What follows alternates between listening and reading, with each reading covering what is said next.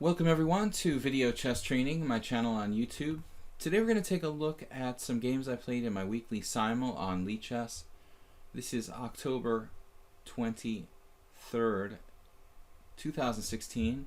Played 25 boards, 40-minute, 40-second increment Simul. We're going to take a look at a few games from this very interesting event. We had a game here against King Chaser, rated 1908. We're white. On lichess.org, we're playing e4, c5, knight f3, and d6.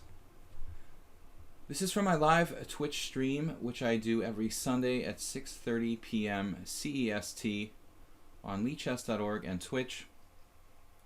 Playing 25 players is not easy, but with the 40 minutes, 40-second increment, I find it's possible to play well. So here we're playing white, and here we play d4, the open Sicilian. King Chaser, I think, not a player I really know. This is a guy I played maybe once before, so no real preparation here for his openings. C takes d4, knight takes d4, knight f6, and knight to c3. Here we're playing the white side of what is possibly going to be like a Najdorf with a6, and my theoretical knowledge is kind of restricted to normally playing the Sozin variation, bishop c4 with white. That's my main weapon against the Najdorf. I'm not really playing e4 that often, more d4 and English openings, but I like to keep e4 in reserve. I think in modern chess it's a good idea to be able to be ambidextrous, play e4 or d4, so to speak.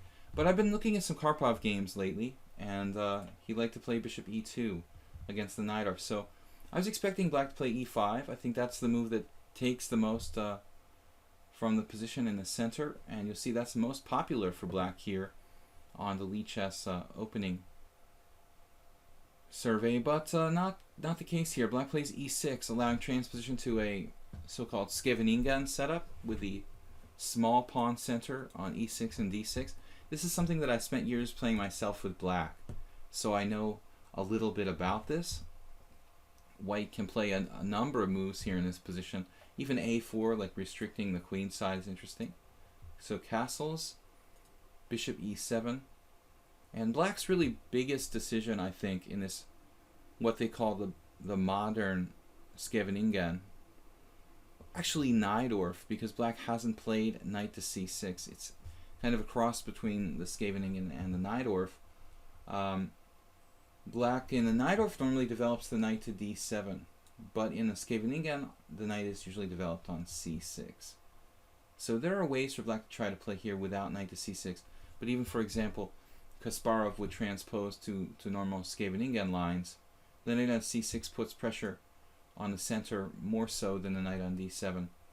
So castles here main line, and now a lot of different moves. a4, bishop e3, king h1, even queen e1 is probably a move. We played king h1. This move is always, let's go back here a second. This move is always useful for white in a Scheveningen. The king gets off the dangerous diagonal, g1, a7. There's always a lot of tactics, and sometimes the g-pawn can be advanced, but it's not really the idea per se in playing king h1. It's more of a like safe prophylactic move, but keeping the possibility of advancing the g-pawn in reserve.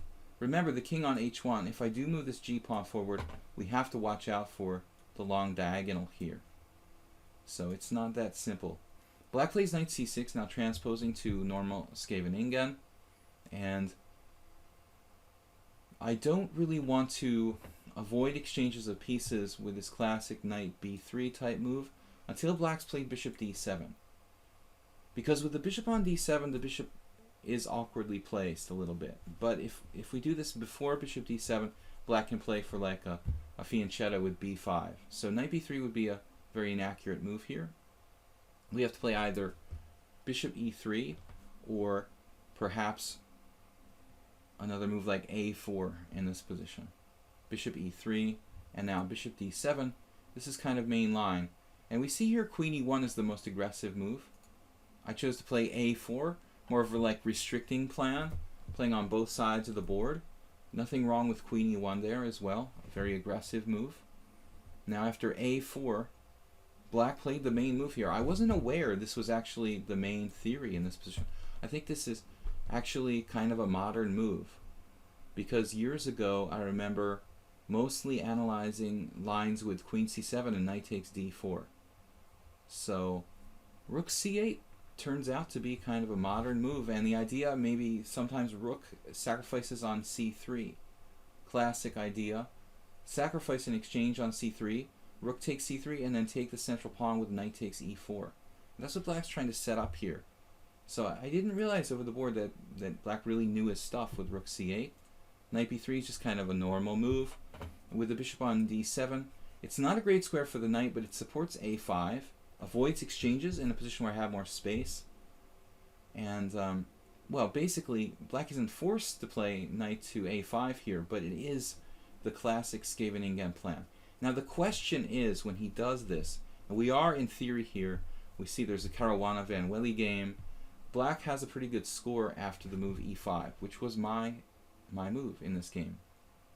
Now I'm not sure if e5 has a bad score because stronger players were playing with black, or it's really objectively not that great for white. Knight d2, this is not a move that occurred to me. Knight d2, but interesting. We see that's played sometimes, and but it seems to me logical that we're trying to exploit the fact this knight on c6 was controlling e5 and d4.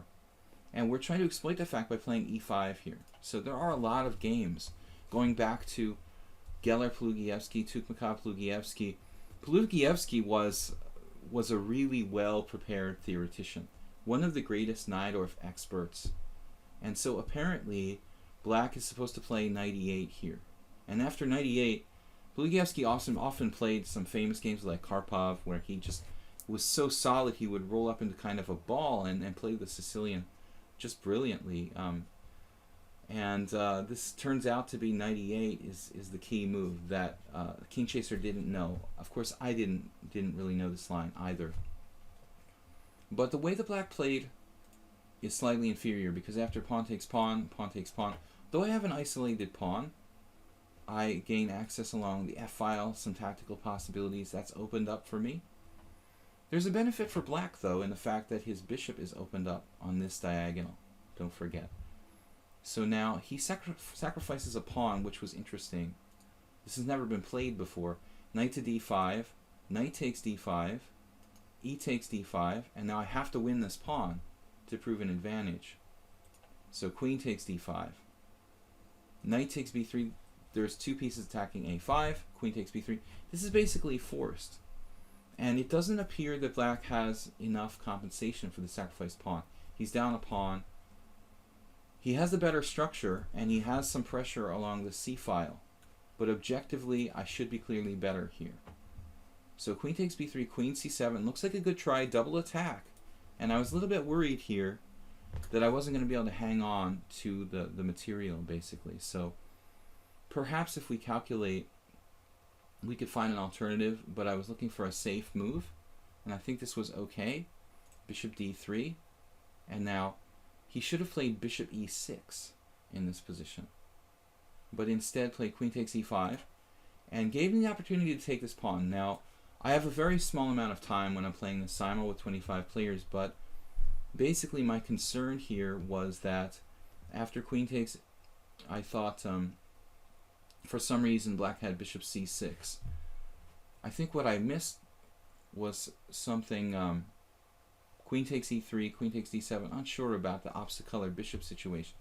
And also bishop c6 looked a little awkward to me. But objectively it looks like this was best try. If he takes a bishop, I take a bishop, and I'm up material here. So queen takes e3, queen takes d7, and I'm clearly better. Not really sure why I rejected this, but I wanted to play a safe move. And bishop f4 was okay, and I thought I would probably take this pawn next move. So bishop f4, not a clear mistake. Queen takes b7 is possible. Bishop f4, now queen e6, which surprised me, because I guess this is actually, you know, not an easy position for black. He's losing a pawn and can't really get it back.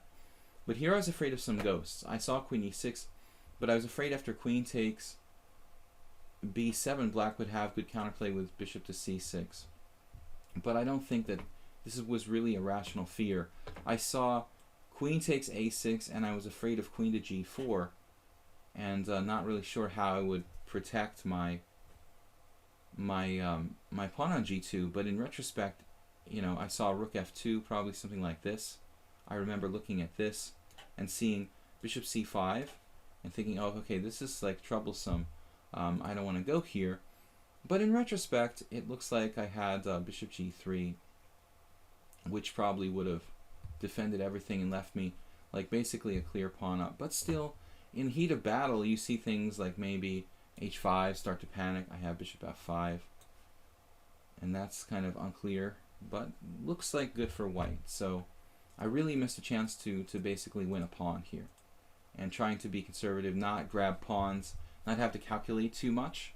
And black consolidates. After queen takes e6, I'm not up anything, and the position is completely okay for black. And what happens at the end was just basically a blunder. h3 here, and I offered a draw in the next few moves. After bishop c4, a very strong move, by the way, undermining my pawn on c2. Bishop takes c4. I think I offered a draw here when I played c3, and I had very little time, and I thought, I'm a tiny bit worse because my a4 pawn is kind of weakened, but I should hold this position. So I did, with careful defense, rook d8, and then bishop e3, the idea of blocking the position with bishop to d4. He played bishop f6, very strong move, stopping me. And then rook f4, trading pieces is good for the defender here. Then rook c8, and it looks like we're okay now. He's abandoned the file, and objectively probably not the best move. I would think rook takes rook, bishop takes rook, and it's equal.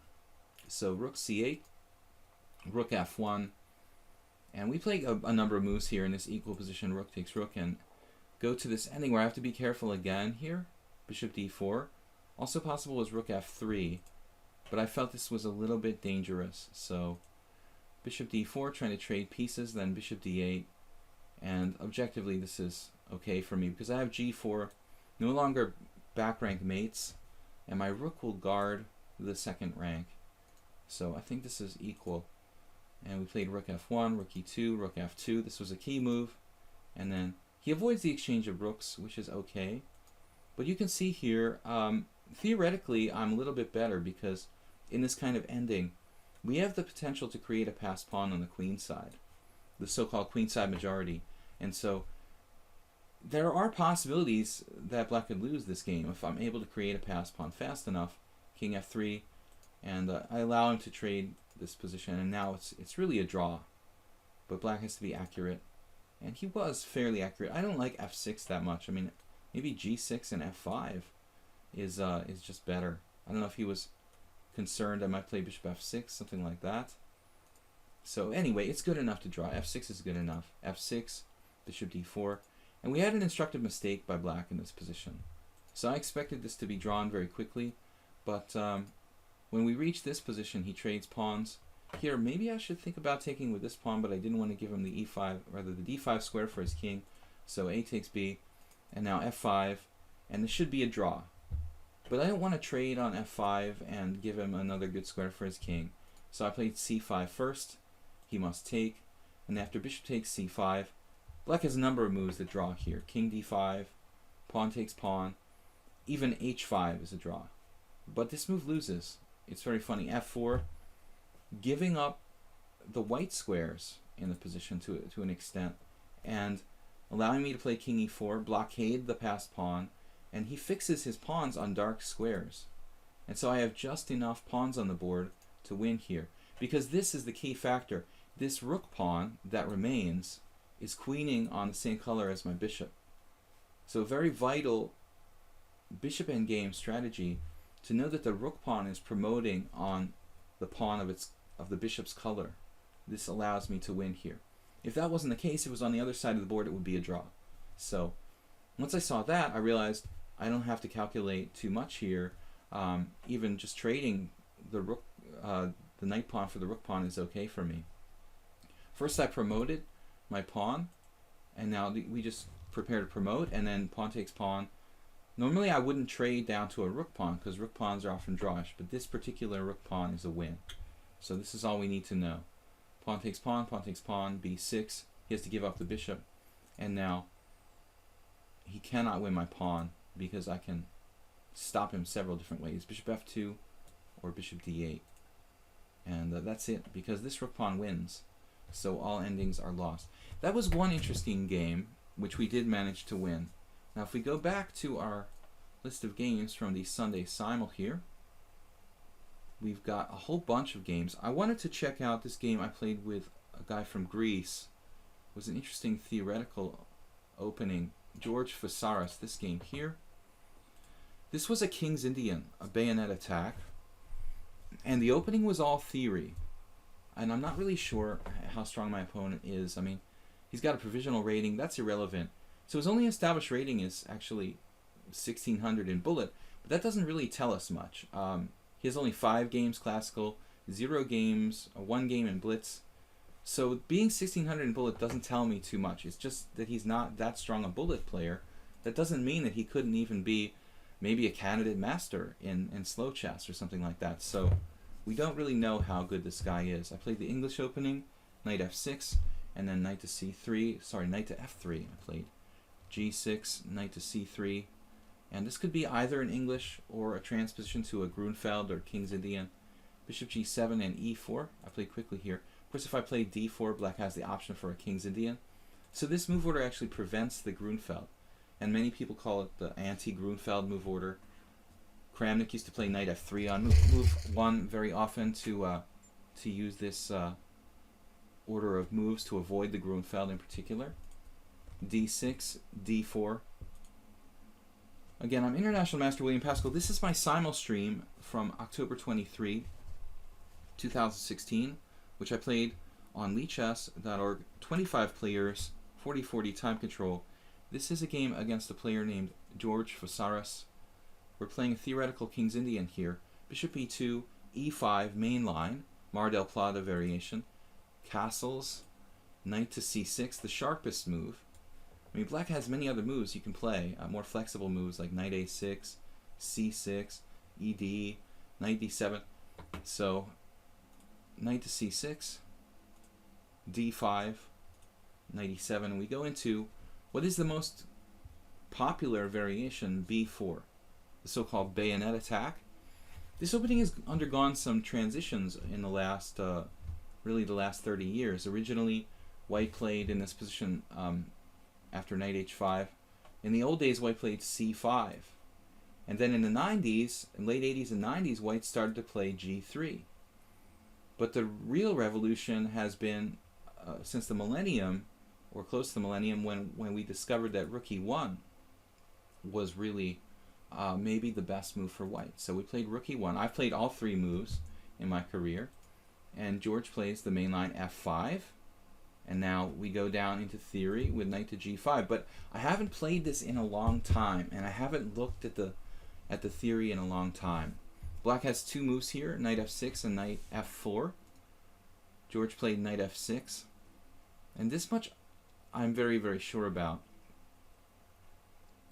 Bishop f3 is main line.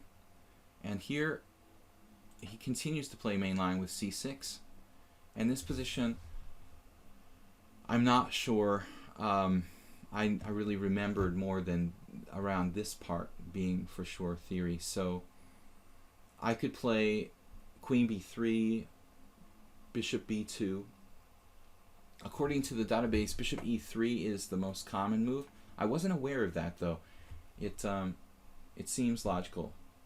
But the bishop can also get hit by like knight f5, f4. So it's for me kind of eye-opening to know that bishop e3 is the main line here.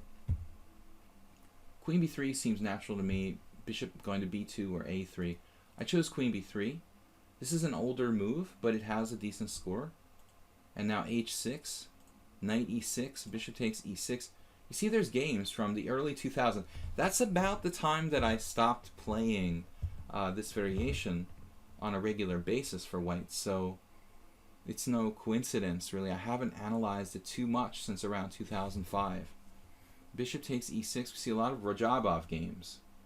Bishop takes e6, d takes e, and George is still in book here, but plays f4. So f4 takes the pressure off the center and closes the king side. But normally when you go for a king side type attack in the King's Indian, you're playing with a white square bishop on the board, and you're playing for a mating attack against the white king. Closing the position here kind of surrenders the white squares a bit more. So I think this is surprisingly suspicious. Theory says either queen c8, going for the pawn, or f takes e4. And I think I had a game long ago with possibly f takes e4. I've definitely analyzed f takes e4. For example, like f takes e4, knight takes e4. I think long ago I had a game in the 2005-ish range. Knight takes e4, bishop takes e4. I probably played this exact position once. Looks like chances for both sides. The score is pretty equal in the games that have been played here. So that's interesting. Queen c8 is interesting. And possibly queen b3, not the best for white. But that's all I could remember. So he plays f4. And now I made a mistake, I believe. Maybe this move's all right. Rook d1, putting pressure on the d6 pawn. This is okay. Now queen c7. And now I made a mistake. And very, very soon here. c5 is probably okay. And he plays rook to d6. B takes c, rook takes d6, rook takes d6, queen takes d6. And this is where I messed up. I played bishop a3 with obviously threatening b5. But I should have played b5 first, because I missed this defensive plan, which is a bit anti-positional but also very, very logical. I played bishop a3 with a subtle threat of b5, and he simply shut it down with b5. So this was a bad idea. And now this is where things started to go haywire. I mean, black's position looks kind of ugly, but my bishop is stuck on a3, and George plays b5, and suddenly the position is unclear. I'm not really sure there's any way to break through, and I can't play a4, so I misplaced my bishop on a3. And then he's okay. I have no entry points along the open file. So surprisingly, with the powerful pass pawn on e6, I'm not better. I'm not very much better here, maybe a little bit. Rook d1, queen b8.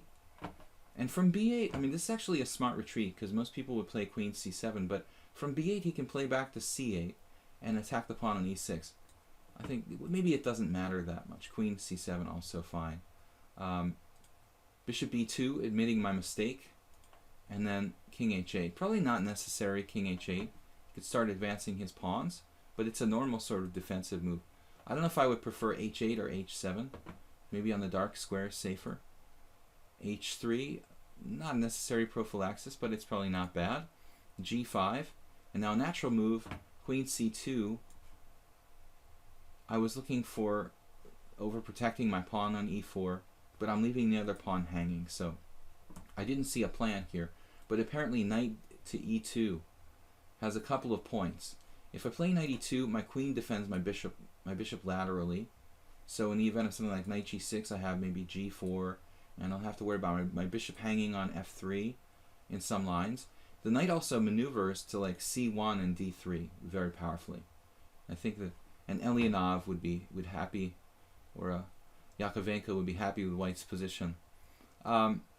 So g5, queen c2, another mistake in time pressure probably, and rook d8, and suddenly black is okay here. Not really worse. Blockading my pawn. I trade rooks, queen takes rook, and now the really bad move. I didn't know what to do, so I started to centralize my king, but it's not safe. I still need to find this maneuver, and I just didn't find it. And so now I'm worse. After this move, king f1, actually, my king isn't entirely safe. I thought it would be on a white square. I wanted to kind of get away from the king side and move toward the center for the ending, which isn't a bad idea, but objectively, the wrong moment for it. So in any kind of position where you're getting close to the ending, it's usually good to bring the king to the center. It just wasn't quite safe enough for me here. King f1 and knight g6, and black's threatening h5 g4, which is kind of unpleasant.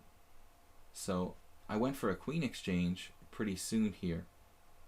Play queen d1, And black, if black trades queens, I'm probably okay. I'm probably holding on. Queen takes queen, bishop takes, and I can play bishop b3 and guard my pawn on e6. But black was smart, played queen e8, and here I played queen d6. This was a natural move, but a miscalculation. So I could have played a4. I'm not sure that's a panacea for my position, but after a6, black seems still pretty solid to me. So I'm not sure. But maybe I'd open the a file for my queen or something like that. Instead, queen d6, and there's a tactical problem here. Bishop f8's a good move anyway, and the bishop becomes very active, picking off the pawn on b4. Queen c7, queen takes e6, so he gets 2 pawns and I get 1. Queen takes a7, and queen c4 check. You see my king now in a lot of danger because the queen c4. That's the problem. Bishop e2, and then grabs this pawn, and now one last desperate try here, because I'm worse now. Queen f7, and it looks like I might be barely hanging on after queen f7. Queen takes b2, queen takes f6 check, bishop g7, and queen takes g6. And I think around here I made a really bad blunder. It should be equal. Queen takes g6, queen takes c3, and then queen e8 check, king h7. Yeah, here I didn't see this. This was a really, really important move for me. Queen d7.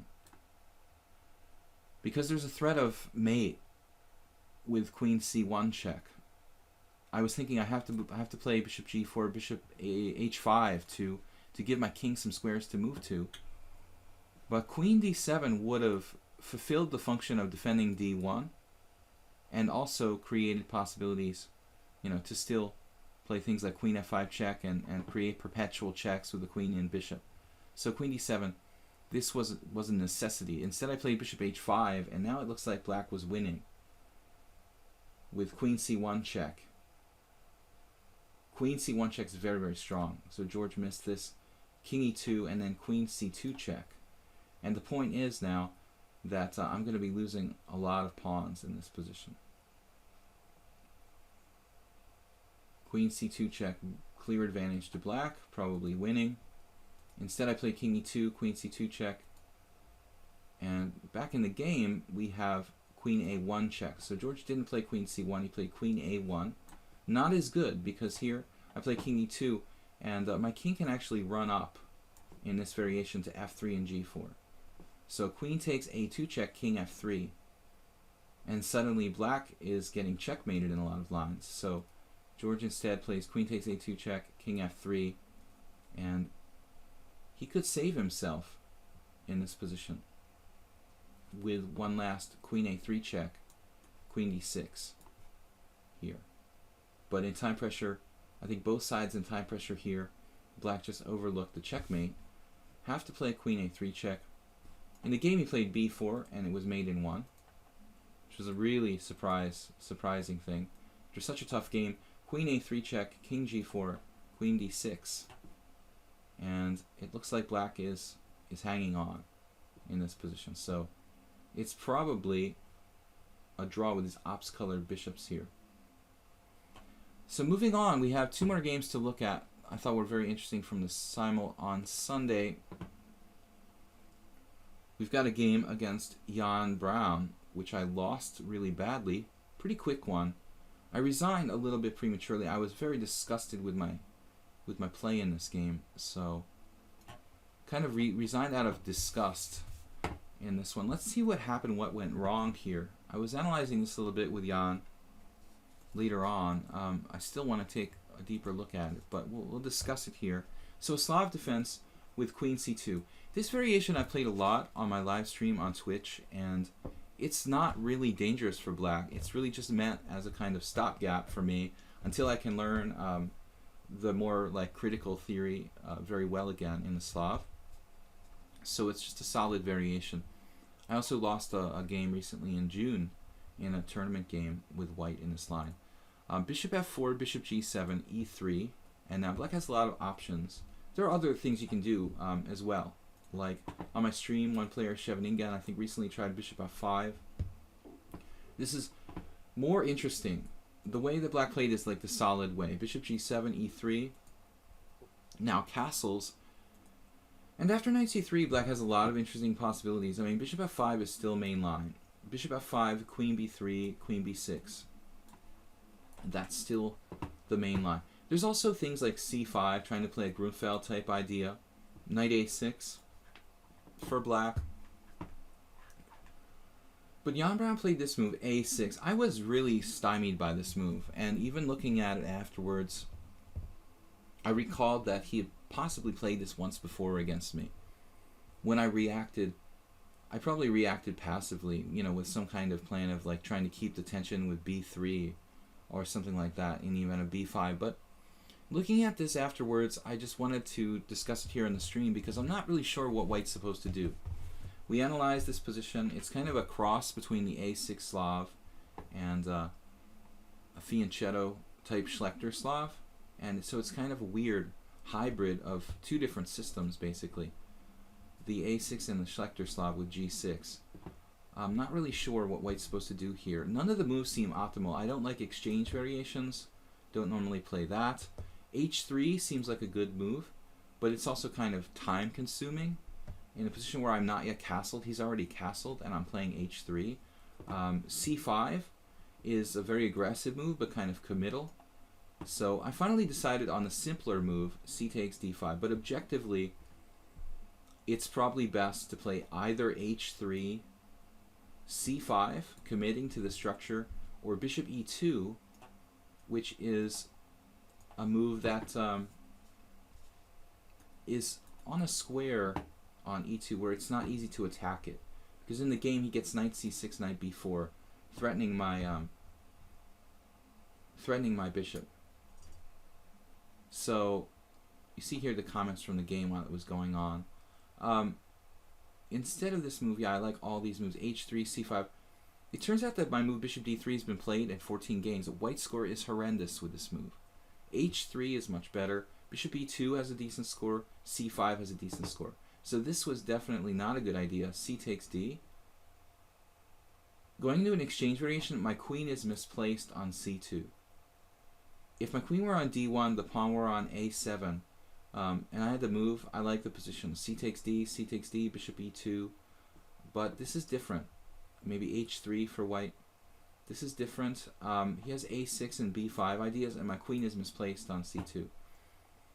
So now it turns out that the bishop e2 is the best move for white. That was played in 4 games, but I created a new move here with bishop d3. I didn't want to see bishop f5 coming with tempo, and I felt that after bishop e2 my position was passive. So maybe bishop d3 is not so bad. We have b5, and the game actually transposes to a position where there are 2 games here. My old friend Alexander Wojtkiewicz, actually, who was an expert in the queen c2, Slav, and any kind of fianchetto systems against the Catalan. He used them interchangeably. He actually lost to Tishbiriak, who was a weaker grandmaster. So I'm a little surprised by that. But both Jose Candela Perez and Wojtkiewicz, who are good players, played a4 here, breaking up that queen side. That's a very aggressive move that didn't occur to me over the board, but maybe that's the way to go. Although white didn't win either of those games after a4, knight c6. This is the idea. And so we're not necessarily winning a pawn comfortably here. Black has a strong initiative in this position after knight c6. So I varied with a3. I think I played no castles. A more solid move than a4. And after knight c6, a3. White has no advantage in this position, but I don't think I'm worse. And I should still be able to maintain equality. And if Wojtkiewicz can lose in this position, pretty much anybody can. So after knight c6, I guess h3 now is not too late. That's what I played. Probably still okay. Coming up next, bishop e7, h3. We actually transposed some other random games. Jason Gonzalez from the Philippines managed to win this position with white. I have no idea how. Rook c8. And that game, well, in the game that Jason Gonzalez won, black played knight a5, which is also not a bad move.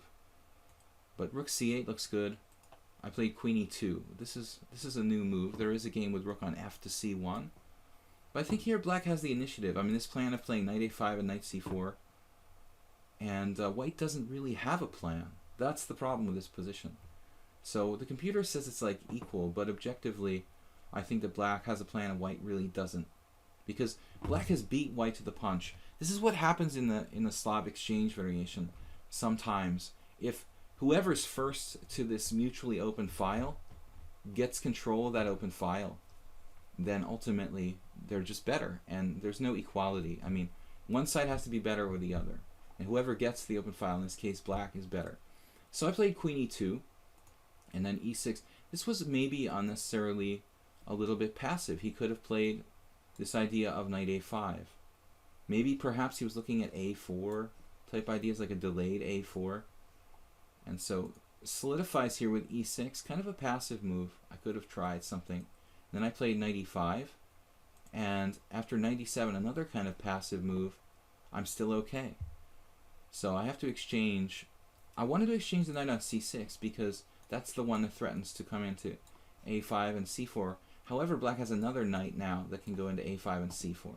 So white has more space, but I think that a little bit more space with the piece on e5, but it's very temporary. I don't really have a real advantage. It's just an illusion. And now after this, I have to trade. And I guess I was hoping for bishop takes, but he played a very accurate move, rook takes c6, which is the beginning of like doubling on the c file, basically. And it also defends a6 in the event of a4. So it's a very accurate move. And I became frustrated here in my simul, not knowing what to do, really, and started to go off on a tangent. So rook fc1, probably okay. And then queen e7, and black is preparing to double rooks. But there's the problem with this threat of e5. e5 is not a threat immediately. So in this position, what should I do? That's the real question. Something like rook c2, rook c1, black can meet it with just building up. Knight b6, knight c4 it looks like just black has chances here, and white is got to resign himself to absolutely passive defense. And I played knight a2, trying to trade pieces, but then rook on f to c8. Here queen d1 was unnecessary. I should play rook takes rook in this position. I guess rook takes rook, rook takes rook, rook c1. Try to trade pieces before the pressure gets any worse. In this position, just basically grovel for a draw. Instead, I wasted time with a strange move, queen d1. I had a reason. I wanted to take over the c file ultimately, not having to recapture there with a knight and maybe play knight b4. But he's too fast here. e5, bang, and black is better. Isolated pawn, not so important. What's more important, my knight has gone away from c3. He's got this open pressure against the d4. So black's suddenly better. He's played perfectly. You see, zero inaccuracy, zero mistakes, zero blunders. I have made one or two little mistakes. And after pawn takes pawn, I really had to. I'm in trouble here. Bishop takes e5. I'm sorry, knight takes e5. And maybe I should just trade that guy on e5. But I'm under incredible pressure here. And I played a very silly move. This is maybe... Rook takes c6 is okay, but it's not necessary. Maybe just bishop takes e5. Black is clearly better now, though. Rook takes c6, rook takes c6. I should come back to the center with knight to c3. And black is clearly better after something like knight to c4, I would imagine. No time for that, though. He has to defend d5. I could have played knight c3, rook c8, defending d5 with the threat of knight to c4. And this is analysis, I guess, by computer. Knight c3, rook c8, bishop f1, knight c4, knight takes d5, and there's a tactic here, queen e4, with the threats all over the place. Very strange variation, but black has a lasting initiative. This is computer line. Rook b1, knight takes b2, rook takes b2, bishop takes c3, rook b3, and h5, with the initiative. No material, but black retains this kind of long-term initiative in the position. So in the actual game, after rook takes c6, I'm still okay here, but I played this horrible move, bishop e2, and then after knight c4 realized I'm nearly lost because it's just too much pressure on b2. So rather than play bishop takes e2 and suffer and probably lose, I just resigned here. Black has a clear advantage after knight to c4. I just resigned. So that game didn't go well. We need to take a look at this variation in more detail. But we saw there were a lot of mistakes I made, and white should never really lose the advantage or lose equality in this line with queen c2 in the Slav. So not a good game for me, but we're not all going to win them all. Finally, there's one other game that I want to take a look at in my Sunday Simul, October 23rd, here on lichess. There was a game where I played white against another new player I never played before. This is Flowers for Allah. If I can find it. Flowers for Allah. It's a very long name, so it shouldn't be difficult to find it. There it is. Alright, we're playing 25 players. It's not easy, but this was a fascinating and funny game. A lot of mistakes, and got another Wojciech opening. This time Wojciech plays black, but I had another game with Wojciech. The late, great Polish-American Grandmaster. C takes B, A6, B6. It's a declined Benko. I'm playing white here. Play this variation a lot. It's an easy way to play for white to get a kind of slight advantage against the Benko. Black should be okay, and have equal chances with full theoretical knowledge, but I think that most players don't score that well. We look at the statistics here, and white is scoring like 40 to 30 as far as wins for white against wins for black. So you can quickly see white has kind of normal result and a good result. B6, there's many lines for black. E6 is one line. D6, queen takes B6, G6. A5 is a very interesting variation I worked on with Grandmaster Roman Chingiashvili quite a bit. So, queen takes B6, the move most people play if they don't know the theory, but it's also a known move too. Knight to C3, G6, D6, doesn't matter too much. The move order here, it usually transposes knight F3, D6, and then E4. There's a game, Hjartarson Kasparov, I wasn't aware of that. Kasparov occasionally tried the Benko, very rarely. Bishop to G7, bishop E2, castles, and now knight to D2. This is important that I play this now, because if I castle first, I think after knight BD7, black's organizing counterplay pretty quickly. After castles, knight BD7, knight D2, for example. Castles, knight BD7. If I try to play it now, I think queen C7, and black, after knight C4, can play here knight B6. And black has a very good score in this variation. My bishop is still stuck on C1. So apparently in this line they all play A4. This is the best try for advantage. But this move I'm not really that in love with. I mean, there's kind of weakness for white along the B file. So it's more accurate for white to play here the way I did with the early knight D2. And then the idea is to play bishop F4 first. Knight D2 without castles. Knight on BD7, knight C4. You see here Gelfand Ivanchuk, for example. Ivanchuk, a man of many openings. Gelfand, this is the good players. Dreyev, Gelfand playing with white here. Bishop F4. I think this was actually, if I'm not mistaken, I thought this was first played by Ivan Sokolov.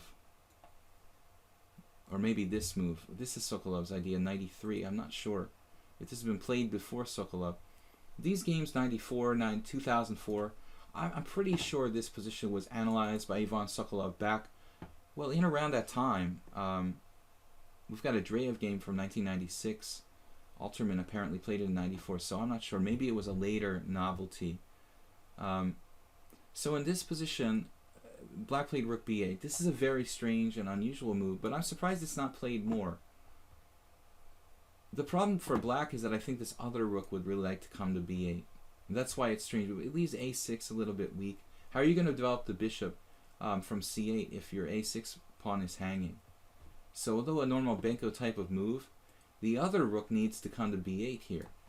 And Wojciech played against me bishop d7. And this move I lost terribly in a rapid tournament against Wojciech because I just ignored it and played castles here. And after castles, Black has bishop b5 coming up pretty quickly. I have the feeling that he played this against me, this position. There's only one random Hungarian game here, but Wojo played this against me in a rapid game long before that was played. Probably around 1997, there was a game, Paschall Wojtkiewicz, with bishop b5 here. That's the idea. So don't trust those modern Hungarian guys. It was played long ago. Anyway, a4 is probably necessary for white in this position after bishop d7 instead of castles. We have to play a4. Those who know the position. And then there's a lot of games, Ozma Paschall, all these post-Paschall Wojtkiewicz games. Probably critical position for this variation. Rook on f to b8. And black, maybe recirculates the knight to c8 sometimes. There are a lot of possibilities, but it should be okay for black, although black has no wins in 7 games, to tell you how tough it is. Instead, so flowers for Allah, not knowing the theory as deeply as the Wojtkiewicz. I was joking during the stream that it was an improvement on Wojtkiewicz, but it's not.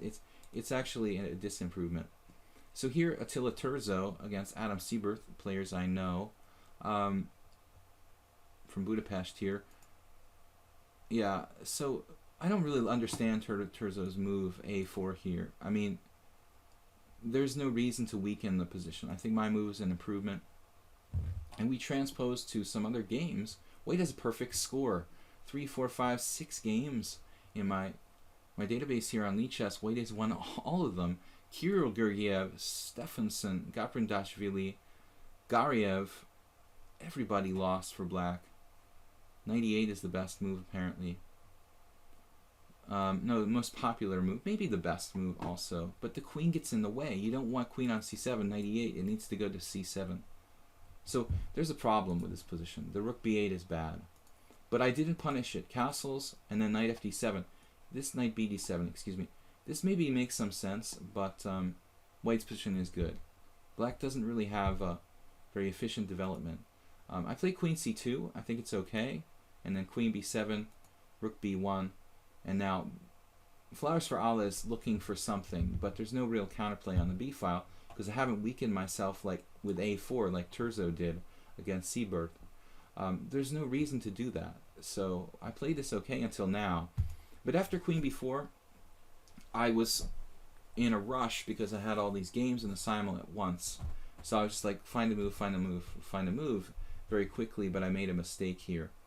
So the computer analysis doesn't point it out, but I don't like really the move a3 too much. Maybe it's not so bad, but I would have something better here. Perhaps even b3 is playable. I would prefer that to playing a4. Of course, you've got to watch out for tricks like knight h5, maybe trading pieces. Bishop takes h5, takes on c3. So after queen b4, I was provoked. I played a weak move in this position.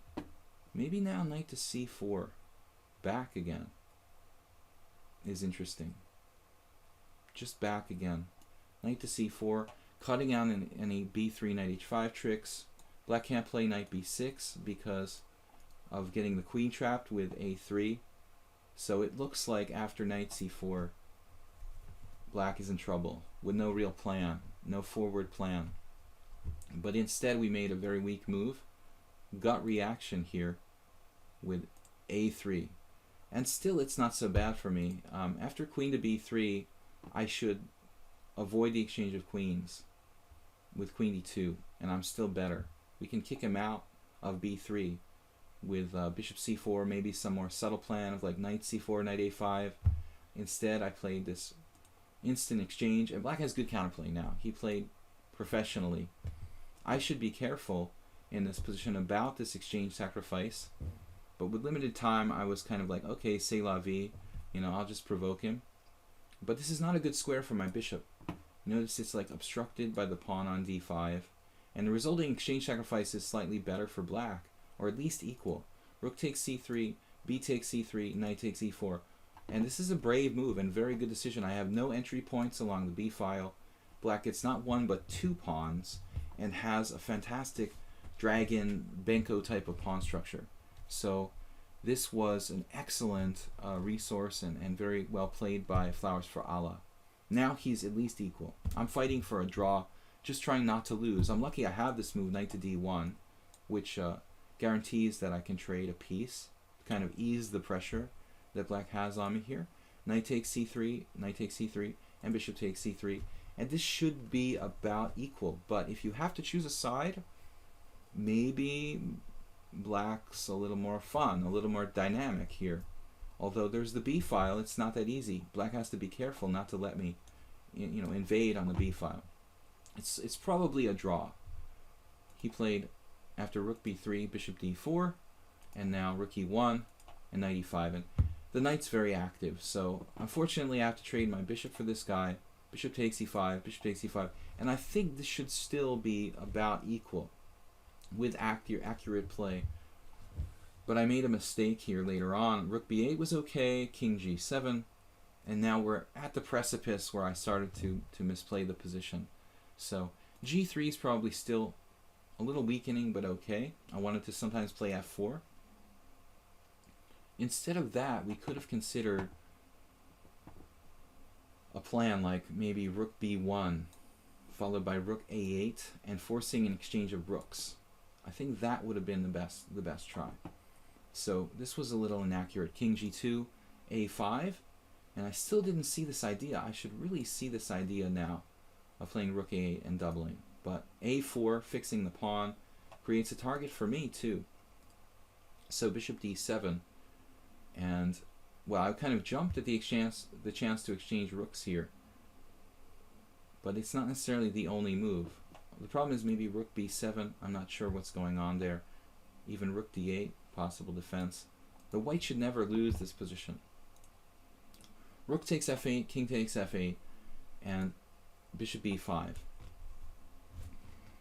Black has a very dangerous protected passed pawn here. This is a monster, and a very strong bishop. And my friend Emil Salanci would call this a jolly joker. It's an absolutely wild piece that isn't a bishop. It's not a rook, but it's something in between. It's a very, very powerful unopposed piece. So it looks like black's slightly better here for preference. And bishop f5 was a good move.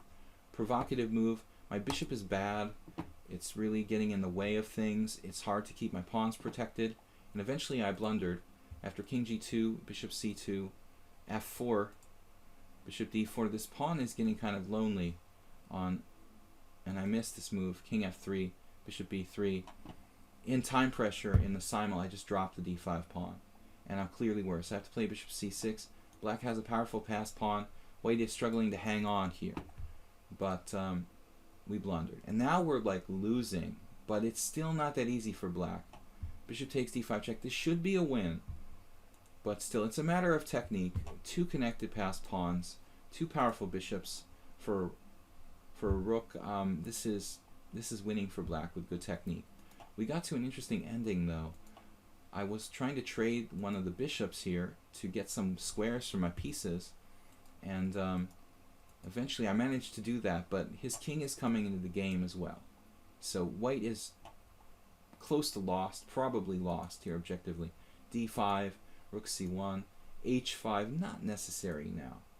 I don't really know. It's not a bad move, but I would think that black would want to centralize the king in this position.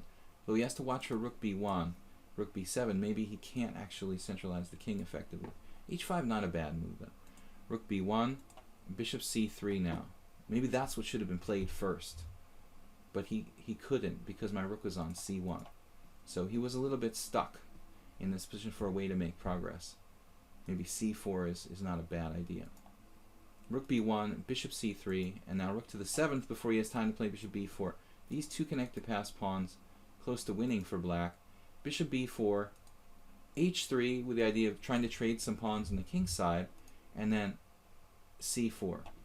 And here I was very, very angry with myself because I didn't see this. At first, I went and I made the move g4, which was my plan. But just as I was making the move, I saw rook takes b4, wins by force. I was very, very angry. I didn't see this move. It should be an instantaneous reaction.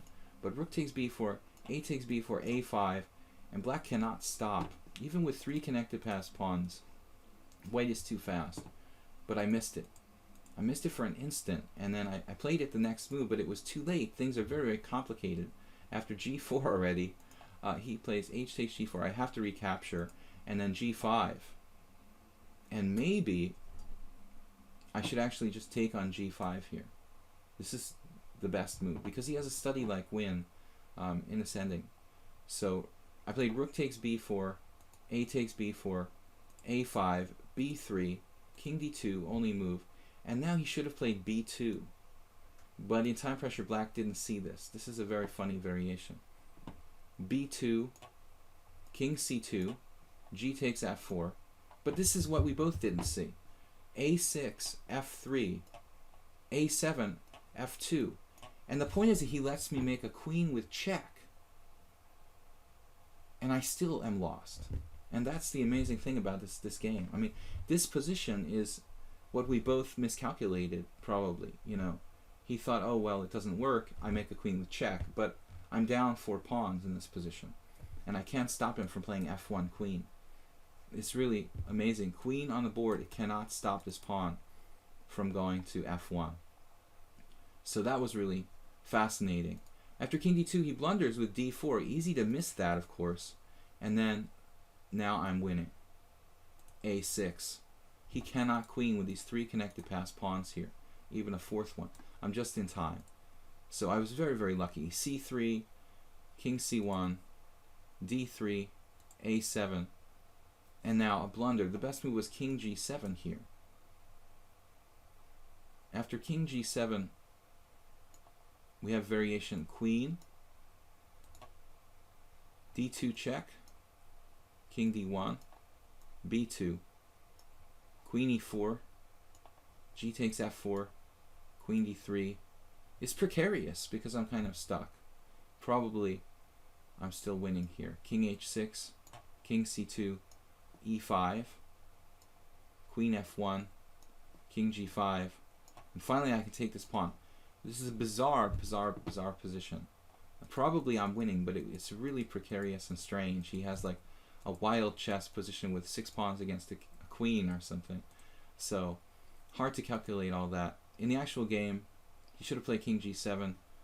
Instead played b2 check, king b1, and now d2, a8 queen check, king g7, queen f3, and then it's lost. It's a lost position now. The queen controls d1. But the funny thing happened around here. There was f6, and in one moment I almost hallucinated that I could take this with the queen, with queen takes c3. Then I realized I can't do that. So I found this move f5, which just paralyzes black. Just completely paralyzed. The black king cannot approach. E takes f5, g takes f5, king g7, and then queen d1. And now I can take the pawn and win all the pawns. So black is lost. But I thought this was a really fun game. First queen h1 check, and then he just resigned. I'm going to take all the pawns one by one. So fascinating ending with a lot of kind of hidden variations. But the best position was really this, where he has 2 pawns on the 7th. I actually promote a queen with check, and still I'm lost because I can't stop black from making a queen himself. Anyway, this was a review of our Simul games from October 23 on lichess. Every week at 6:30 p.m. CEST, 18:30, we play CEST, that's Central European Summertime. We play on lichess.org, 20 to 25 players, a 40-40 Simul. This was a review of the games. I hope you enjoyed it, and we'll be back with more reviews like this on the channel. Thanks for watching, and don't forget to subscribe and click like. So thank you guys. I'll see you soon. Bye-bye.